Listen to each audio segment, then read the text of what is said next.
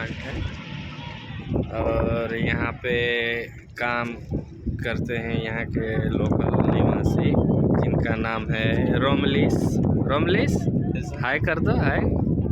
देखिए ये है यहाँ के निवासी, ये हम लोग के साथ काम करते हैं और बाकी सब आदमी प्लांट में है। ये गाड़ी खाली करवाते हैं, अपना ट्रिप लिखते हैं, इनका डायरी है, इसमें मेंटेन करना पड़ता है। और यहाँ का वेदर बहुत ही मतलब हवादार टाइप का है, हवा चलते रहता है।